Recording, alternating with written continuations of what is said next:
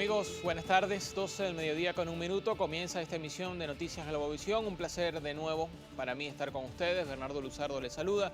En nombre de todo el equipo vamos a presentar las noticias más destacadas en las últimas horas. Comenzamos. Y lo hacemos estableciendo contacto con nuestro compañero José Solano Ruiz. Hoy se juramentan los integrantes del Comité de Postulaciones Electorales y además hay un debate sobre las acciones que el Parlamento considera como terroristas y que fueron frustradas en el país. Como siempre, José Solano Ruiz está en el lugar. José, son las 12 del mediodía. ¿A qué hora está pautada la sesión de este día? Y bueno, que nos amplíes un poco desde tu perspectiva y conociendo esta fuente parlamentaria, ¿qué se espera para el día de hoy?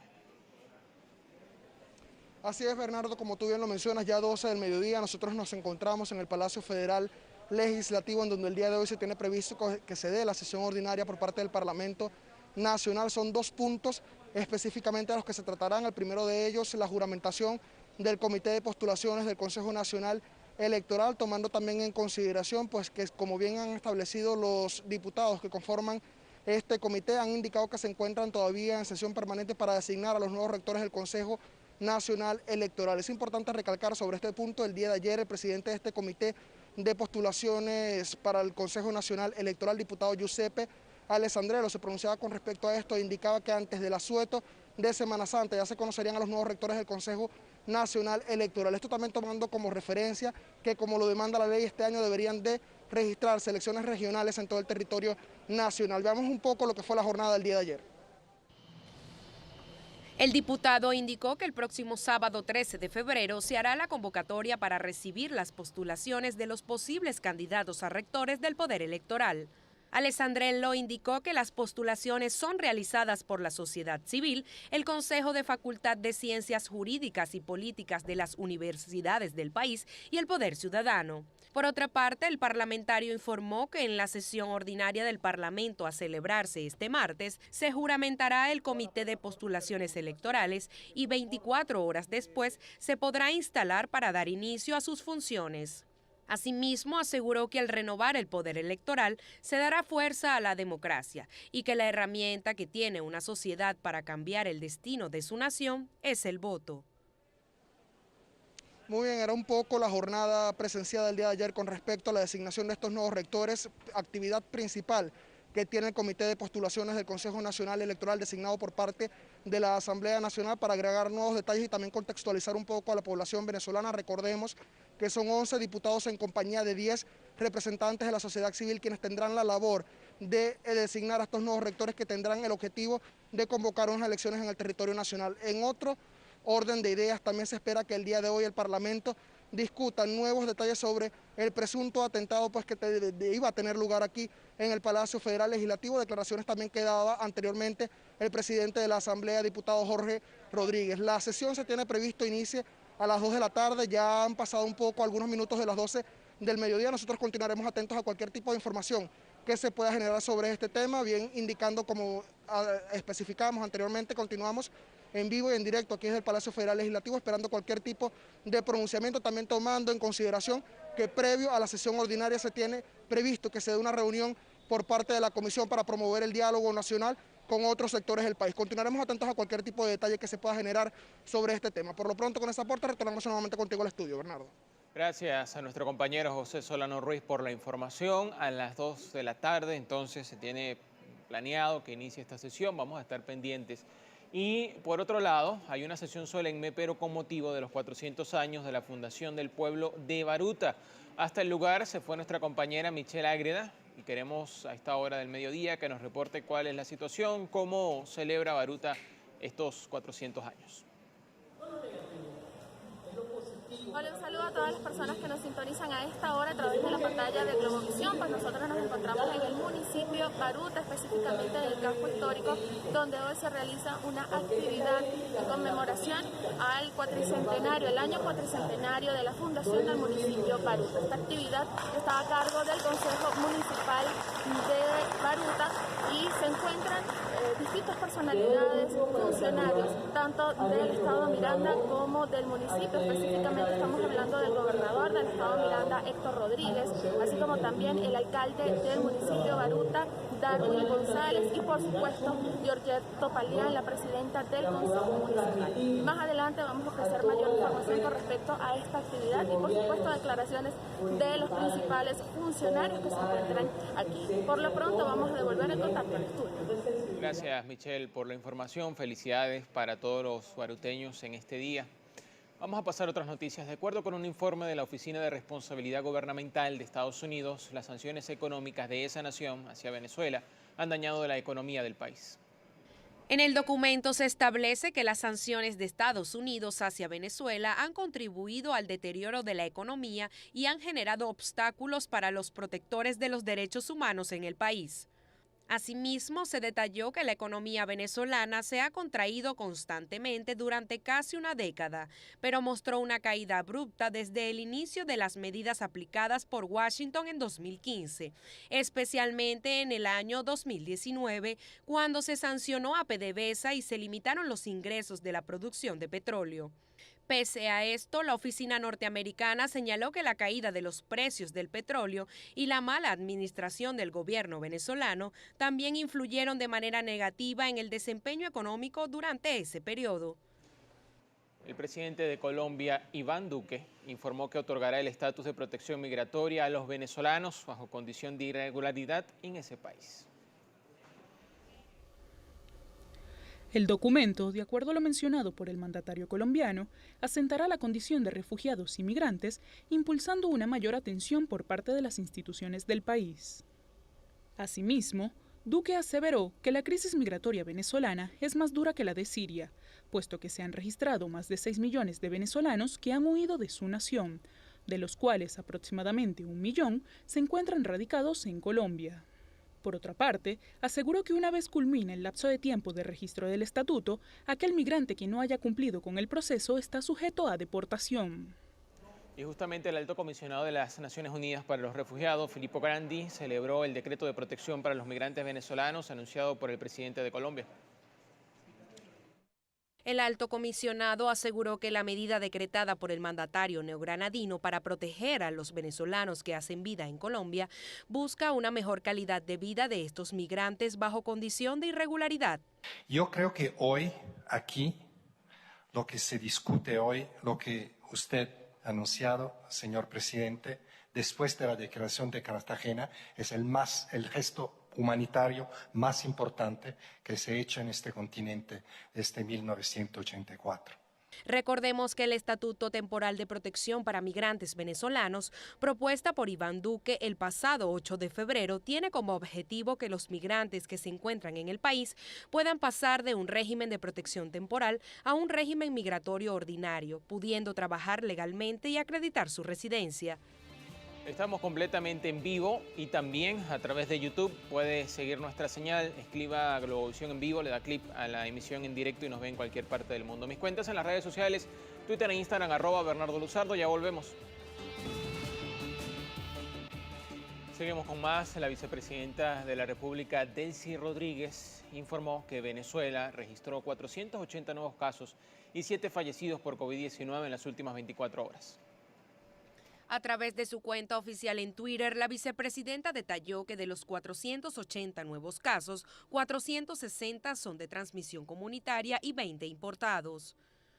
Asimismo, mencionó que de los casos comunitarios fueron detectados en las siguientes entidades: Zulia 89, Mérida 53, Carabobo 51, Miranda 38, Vargas 31, Trujillo 20, Los Roques 17, Nueva Esparta 16, Aragua 13, Táchira 11, Barinas 6, Yaracuy 5, Lara 3, Guárico 3, Bolívar 2, Sucre 2, Portuguesa 1, Cojedes 1, Anzoátegui 1, además del Distrito Capital con 97 contagios. Mientras que de los casos importados, 12 son provenientes de Panamá y 7 de México, e ingresaron por el aeropuerto de Maiquetía y uno procedente de Brasil que entró por el estado Bolívar. Por otra parte, la vicepresidenta informó sobre el deceso de 7 venezolanos, 2 en Yaracuy, 2 en Nueva Esparta, 1 en Falcón, 1 en Táchira y 1 en Zulia, lo que eleva la cifra total a 1.240 fallecidos. De acuerdo con la vicepresidenta, 122.531 han superado la enfermedad, lo que mantiene la tasa de recuperación en 94%. Pamela Barón, Globovisión. A propósito del COVID, la alcaldesa de Caracas, Erika Farías, sostiene un encuentro con estudiantes de medicina. Nuestra compañera Fabiana Ortega se ha acercado al lugar, la tenemos con nosotros. Fabiana, un gusto saludarte. ¿Ya has logrado conversar o escuchar algunas declaraciones de la alcaldesa o si no, qué se espera para las próximas horas?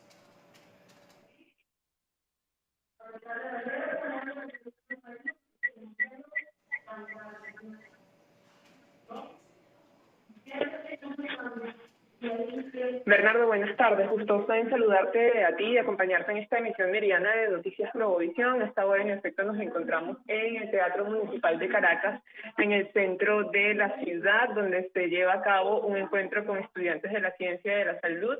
En esta oportunidad asisten algunos rectores de las universidades del país, inclusive también está presente la alcaldesa de Caracas, Erika Farías. Sin embargo, el día de hoy no ofrecerá declaraciones a los medios. Se espera que sea la Autoridad de Salud de Caracas, el viceministro de Hospitales, Armando Marín, quien ofrezca declaraciones y con quien también sondearemos un poco cerca de las cifras actuales. Además, recordar que hoy es una fecha icónica cuando se vence el plazo para que el gobierno opte al pago y obtener las vacunas contra el COVID-19 bajo el mecanismo COVAX.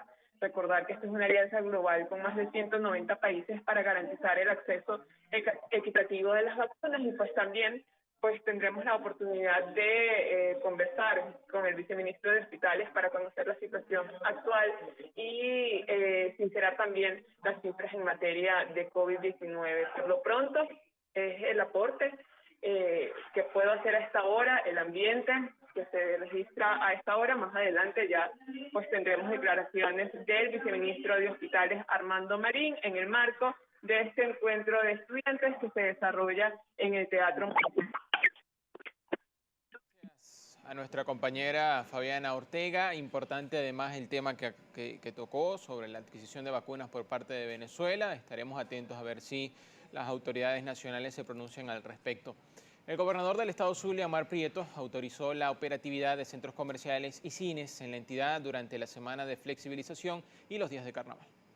La autoridad regional manifestó que el estado Zulia inicia el periodo de flexibilización desde este lunes 8 de febrero hasta el 17. Aclaró que los centros comerciales deben funcionar bajo las medidas de bioseguridad a fin de evitar la propagación del COVID-19. Importante resaltar que en esta semana de flexibilización conversamos con la Cámara de Comercio, con Fede Cámaras, con los pequeños y medianos centros comerciales y se autoriza la apertura de los centros comerciales con todos los mecanismos de bioseguridad. Así que es una buena noticia para el comercio en el estado Zulia. Con relación a los casos de COVID-19, el gobernador Omar Prieto precisó que hay 873 casos positivos en la entidad zuliana. De los 13.063 casos acumulados que tenemos desde que inició la pandemia en marzo del año pasado, hasta el día de hoy se han tratado esos 13.063 casos con un saldo positivo de pacientes recuperados de 12.042 pacientes recuperados. De 13.000, 12.000 pacientes recuperados. Importantísimo el resultado del tratamiento, del protocolo, pero estoy convencido de que el éxito que hemos tenido es por la conciencia de nuestro pueblo, la conciencia del pueblo zuliano y la inteligencia y la sabiduría del pueblo zuliano. Empezando por la pulga, preguntar al ministro Maldonado, mire, ¿cómo está el caso de la pulga? Ordenadito. Agregó que los municipios Jesús Enrique Lozada y Balmore Rodríguez son los que registran más casos por cada 100.000 habitantes, por lo que mantienen el despliegue epidemiológico en toda la región. Desde el estado Zulia, Lucía Urdaneta, Globovisión. El Instituto Nacional de Transporte Terrestre, INTT, activó el operativo Ponte al Día con tu Vehículo para mantener la base de datos del parque automotor del país actualizado y garantizarle a los ciudadanos facilidad en sus trámites vehiculares. Durante las semanas de flexibilización estará activo este operativo de 8:30 de la mañana a 2 de la tarde en las oficinas regionales del INTT, a excepción de las sedes del ITFA en todo el país, Puerto Cumerebo y Chiriguará en el estado Falcón y Neme Grande en el Zulia. Los usuarios deben hacer uso del tapabocas y respetar el distanciamiento social indicado por los funcionarios de seguridad dispuestos a la entrada de cada sede, así como portar la documentación que posea del vehículo y haber procesado previamente la planilla única de trámites con sus respectivos pagos de aranceles en línea. El Banco de Venezuela actualizó los montos para las transacciones electrónicas. Vamos a conocer los detalles. Según precisó la entidad bancaria a través de su cuenta en la red social Twitter, las empresas que realicen transferencias a cuentas del mismo titular o a terceros serán ilimitadas, mientras que a beneficiarios de otras entidades, el máximo a transferir por operación es de 300 millones de bolívares. Las personas naturales podrán hacer transacciones electrónicas ilimitadas a cuentas propias y a terceros del mismo banco, mientras que el monto máximo diario para transferir a otras entidades bancarias es de 250 millones. El paso de tarjetas de débito, tarjetas prepagadas y tarjetas de alimentación por puntos de venta del Banco de Venezuela será ilimitado, mientras que en los puntos de otras entidades bancarias solo podrán pasar 500 millones de bolívares por transacción. Compartimos ahora información relacionada con el Tribunal Supremo de Justicia. Lo ha escrito además a través de su cuenta en Twitter y guarda relación con la celebración de audiencias preliminares en Barinas. Una nota de prensa además que tenemos acá en la mano dice que el Tribunal Supremo de Justicia, para seguir garantizando el acceso a la justicia de los y las ciudadanas de la Nación, tribunales del Circuito Penal del Estado de Barinas celebraron un total de 89 audiencias preliminares en las que fueron atendidos 104 personas que permanecían privadas de libertad en los centros de detención preventiva de la entidad. Tras la realización de las audiencias se mantuvieron 85 medidas privativas de libertad, hubo 63 procedimientos por admisión de hechos, 60 medidas cautelares, además se dictaron 36 autos de apertura a juicio y un sobreseimiento. Cabe recordar que en cada una de las audiencias que celebran los diversos circuitos judiciales penales del país aseguran que se cumple con todos los protocolos especiales de bioseguridad e higiene. Con esto vamos a la pausa. Recuerden que estamos en Telegram, Globovisión_oficial, nuestro canal para que se una y también se mantenga por allí informado. Ya regresamos.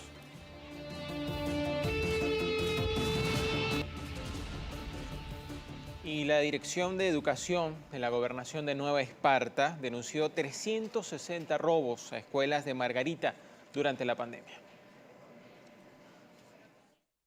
Esta obra cumple en este 2021 13 años de haber sido instalada como una réplica del pabellón de Venezuela en Hannover, ciudad alemana que albergó la Feria Mundial Expo 2000. Desde el año 2008 se erigió al este de la ciudad de Barquisimeto, justo en la esquina de confluencia de las avenidas Venezuela y Bracamonte, parroquia Santa Rosa, municipio Iribarren, para sorpresa cultural y turística y de disfrute de propios y visitantes. La planta baja tiene gran parte de sus pisos de cristal templado, por medio del cual se puede observar el mapa de Venezuela y sus predilectos sitios naturales. El diseño e inspiración pertenecen al reconocido arquitecto venezolano Fruto Vivas. Y trabajadores de las empresas básicas de Guayana, en el estado Bolívar, exigen mejoras salariales y beneficios laborales. Esto a las autoridades de la Corporación Venezolana de Guayana. La principal exigencia de los trabajadores es la mejora de sus salarios, activación de la producción y recuperar los demás beneficios que aseguran le han eliminado hasta la fecha no reciben respuesta. Son políticas hambriadoras, explotadoras, reflejadas en el memorándum 2792. Nosotros estamos hoy acá no solamente para exigir un digno salario, sino estamos acá es para que se restablezca el orden constitucional. Nosotros como trabajadores, como hombres que queremos nuestras empresas, le decimos, no queremos más dádivas, señor presidente. Solicitaron también la intervención del gobierno nacional para solventar la situación y crisis de las empresas y sus trabajadores. Queremos pedirle al presidente Nicolás Maduro que de verdad existe una política salarial, que se aboquen a este problema y al bendito problema de los contratos colectivos. El llamado es claro, el llamado es conciso, desde los trabajadores para el presidente Nicolás Maduro y para la Asamblea Nacional. El tema salarial se escapó de las manos y necesitamos darle respuesta a los trabajadores. De esta manera, los trabajadores pertenecientes al holding CBG señalaron que se mantendrán en las calles hasta recibir una respuesta por parte del presidente de la CBG y de parte del Ejecutivo Nacional. El presidente de la Asociación Venezolana de la Industria del Plástico, Cali Nasser, aseguró que solo 600 industrias del sector se encuentran operativas. Según las estimaciones de Avipla, la pandemia por coronavirus, el éxodo de personal, la caída del flujo de caja, el déficit de los servicios públicos y las fallas en el suministro de combustible generó que la industria del plástico disminuyera 50%. Además, aseguró que de 1.200 empresas que estaban operativas en el año 2010, para la fecha solo 600 se encuentran produciendo, cifras insuficientes para cubrir la demanda nacional. Khalil Nasser sostuvo que al país ingresan productos terminados sin ningún tipo de control y sin pago de aranceles, mientras que a la industria nacional se ve afectada por las exigencias tributarias impuestas por el gobierno. El presidente de Avipla exhortó al Ejecutivo Nacional a supervisar el ingreso de los productos terminados que vienen de otros países, debido a que estos pueden producirse en Venezuela y generan una competencia desleal. Además, solicitó tomar en cuenta los factores que afectan a la industria nacional y generar posibles soluciones. La Gobernación del Estado Monagas inició la jornada de parlamentarismo comunal en la parroquia Las Cocuizas del municipio Maturín. Esto a fin de lograr la incorporación de las comunas y consejos comunales a las transferencias de recursos del Poder Popular. La gobernadora en el estado Monagas, Yelixe Santaella, manifestó que es de suma importancia que la población se incorpore a esta nueva etapa legislativa para así dar a conocer sus proyectos que serán abordados junto al gobierno. De igual manera, Santaella refirió que las comunas deben organizarse y asumir el compromiso y manejo de los servicios públicos en las comunidades. Vamos a transferirle también recursos para activar al Poder Popular productivo. Vamos a transferirle el tema de agua potable también como ejercicio que vamos a hacer. Pero yo les decía algo importante, no es solo el parlamentario comunal, es ir al territorio a ver cómo el pueblo realmente asume la comuna, cómo asume el consejo comunal, que el pueblo que vive en las 279 casas de Brisa de Nazareno esté enterada qué está haciendo el consejo comunal, qué está haciendo la comuna, para qué sirve la comuna, para qué sirve el consejo comunal, es decir, motivar al pueblo a participar. Durante la jornada se instalaron las mesas de trabajo para la consolidación de las áreas de servicios públicos, legislación, vivienda y tierras, poder popular y organización. Asimismo, se pudo conocer que en la región están conformadas 111 comunas. Desde Monagas, Milagros Vázquez, Globovisión.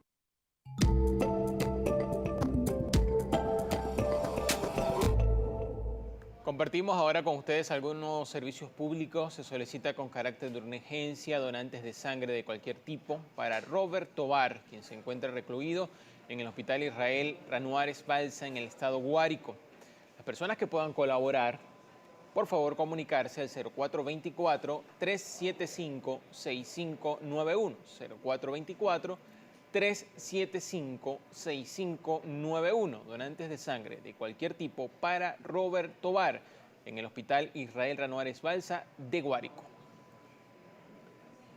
Tenemos otro servicio público, en esta oportunidad Valprom de 500 miligramos, Seumit 1000 miligramos en tabletas, carbamazepina de 200 miligramos en tabletas.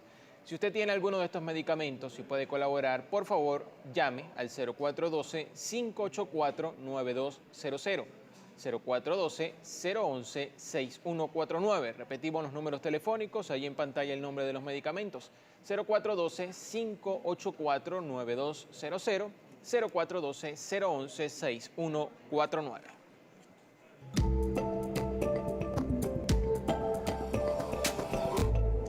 Como siempre le decimos, cuando reciba ayuda, cuando le ofrezcan un medicamento, si se lo están vendiendo, por favor no cancele, no pague dinero, no haga transferencia, ningún tipo de cancelación hasta que usted tenga el medicamento en sus manos. Hay mucha gente que quiere colaborar, pero hay otros que aprovechan esta situación para estafar. Así que por favor, si por alguna razón se lo venden, no cancele hasta que lo tenga en sus manos. Ojalá y sea en carácter de donación. Aquí seguimos para ayudarles a ustedes siempre que podamos. Vamos a la pausa.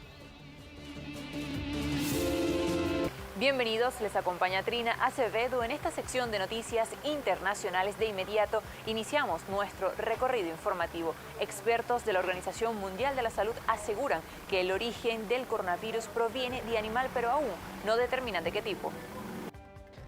El grupo de trabajo que está en China consideró extremadamente improbable la teoría de que el virus pudo generarse en el Instituto de Virología de Wuhan, restando importancia a una de las acusaciones formuladas por el expresidente estadounidense Donald Trump.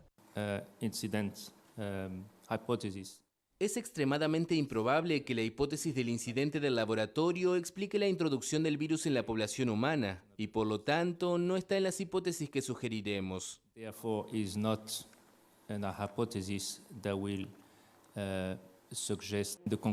La conclusión fue que no encontramos evidencia de grandes brotes antes de diciembre de 2019 en Wuhan o en otro lugar que pudieran estar relacionados con casos de COVID-19. Tampoco se han encontrado pruebas de la presencia del coronavirus en Wuhan antes de diciembre de 2019, cuando se conocieron los primeros contagios. Esta rueda de prensa fue ofrecida en conjunto con representantes del Ministerio de Salud de China. Y en este mismo contexto, autoridades de Perú anunciaron que los extranjeros residentes en el país latinoamericano recibirán vacuna gratuitamente, al igual que el resto de la población. La información fue dada a conocer por la canciller Elizabeth Astete durante una comparecencia en el Congreso, en la que aseguró que en los números que se han previsto respecto a las dosis de vacunas se incluyó la vacunación de los extranjeros residentes en el país. Por otro lado, la canciller aseguró que el gobierno ya suscribió formalmente el contrato con Pfizer para la adquisición de 20 millones de dosis de su vacuna, 250.000 de las cuales llegarán en el primer trimestre de este año y 300.000 para el mes de abril. Asimismo, la coalición COVAX Facility destinará 530.000 dosis de vacuna para antes de finales de marzo, las cuales provendrán de los laboratorios AstraZeneca y Pfizer. Perú registra hasta la fecha 42.121 decesos por la enfermedad respiratoria y más de 1 millón de infectados. La Corte Interamericana de Derechos Humanos inició un proceso legal contra Colombia por el asesinato de más de 6.000 integrantes del partido Unión Patriótica durante 20 años. Este proceso inició con disparidades en los datos aportados por el Estado, así como de la Comisión Interamericana de Derechos Humanos, que presentaron el caso a la Corte en medio de una serie de diferencias en asuntos como la lista de víctimas, las medidas de reparación y la aplicación de la justicia transicional. La demanda presentada a la Corte en el año 2018 por la Corte Interamericana afirma que el caso se relaciona principalmente con un exterminio compuesto de múltiples y sucesivas violaciones al derecho a la vida, desapariciones forzadas y desplazamientos de particular gravedad y magnitud. En la audiencia que arrancó esta semana, los jueces escucharon el testimonio de la presidenta del partido Unidad Patriótica, Aida Abella, quien relató haber sobrevivido a un atentado el 7 de mayo de 1996, por lo que tuvo que vivir asilada en Suiza durante 17 años antes de regresar a Colombia, donde siguió recibiendo amenazas. Los hechos vinculados al proceso judicial ocurrieron a partir del año 1984 y durante al menos 20 años contra unos 6.000 miembros o militantes de la Unión Patriótica, quienes habrían sido víctimas de violaciones de derechos humanos, perpetrados tanto por agentes estatales como por actores no estatales con la complacencia de los otros. Y en otras informaciones, la oposición de Haití declaró el fin del mandato de Jovenel Moïse y nombró un nuevo presidente interino. Veamos. A través de un video difundido por varios partidos políticos, el magistrado y decano de la Corte de Casación de Haití, Joseph Messin Jean-Louis, aceptó su cargo en la jefatura del Estado, siendo reconocido únicamente por la oposición, declarando a su vez que había recibido una condena por parte del gobierno.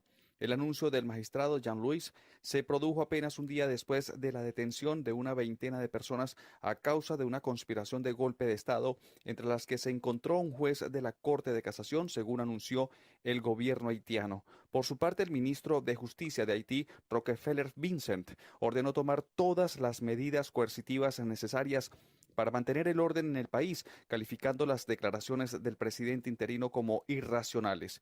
Asimismo, las fuerzas militares haitianas anunciaron que se mantendrían fieles al presidente Moïse. También es importante destacar que en horas de la tarde de este pasado lunes se registró una protesta espontánea a las afueras del Palacio Nacional, la cual fue reprimida con gases lacrimógenos y munición real por fuerzas policiales y militares.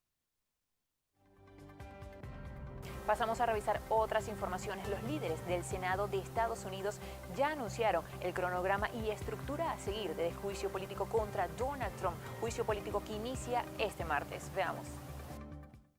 De acuerdo a lo declarado por el líder de la mayoría demócrata Chuck Schumer sobre lo acordado con su colega republicano Mitch McConnell, quien encabeza la minoría de los conservadores en la Cámara Alta, se acordó una resolución bipartidista para el desarrollo del juicio. Asimismo, Schumer y McConnell destacaron que la estructura acordada garantizará un juicio político justo y honesto del exgobernante, el primero en la historia estadounidense que enfrenta un impeachment tras haber abandonado el poder. El primer día de este proceso legal, donde los 100 senadores ejercerán como jurados, se espera que se evalúe la viabilidad constitucional del juicio, algo a lo que los senadores dedicarán 4 horas de debate seguidas de un voto sobre el tema. Una vez que el Senado decida que el proceso es o no constitucional, algo para que solo necesitará una mayoría simple, el juicio político podría ser retomado el próximo miércoles.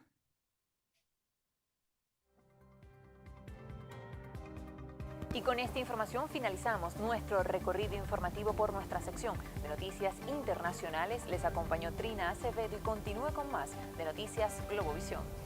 Hola, ¿qué tal? Muy buenas tardes, turno de los deportes. Sean todos bienvenidos. Kelly Novo está como siempre con ustedes en este espacio, lista para llevarles información que el día de hoy arranca en modo vino tinto, porque nuestra categoría Sub-20 está lista para el segundo módulo a cargo de Martín Carrillo, el director técnico de esta selección. Ya tiene su lista de convocados. Veamos a continuación quiénes estarán en este importante evento que se celebrará del 10 al 20 de febrero en Valencia. Más detalles a continuación. La Vinotinto Sub-20 se encuentra nuevamente para la primera convocatoria de 2021 y la segunda dirigida por Martín Carrillo desde que llegó al cargo el 21 de diciembre. En esta ocasión citó a los primeros 46 jugadores que estarán entrenando en estos 10 días en el estado Carabobo.